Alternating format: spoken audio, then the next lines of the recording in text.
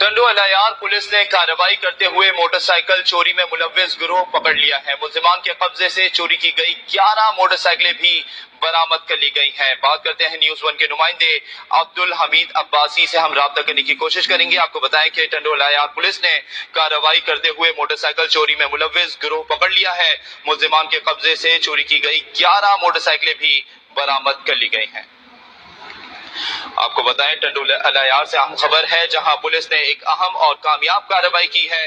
Motorcycle चोरी में मुलव्विस गिरोह पकड़ा गया है। बात करते हैं न्यूज़ वन के नुमाइंदे अब्दुल हमीद अब्बासी से। अब्दुल हमीद, पुलिस ने इस हवाले से मजीद क्या बताया है?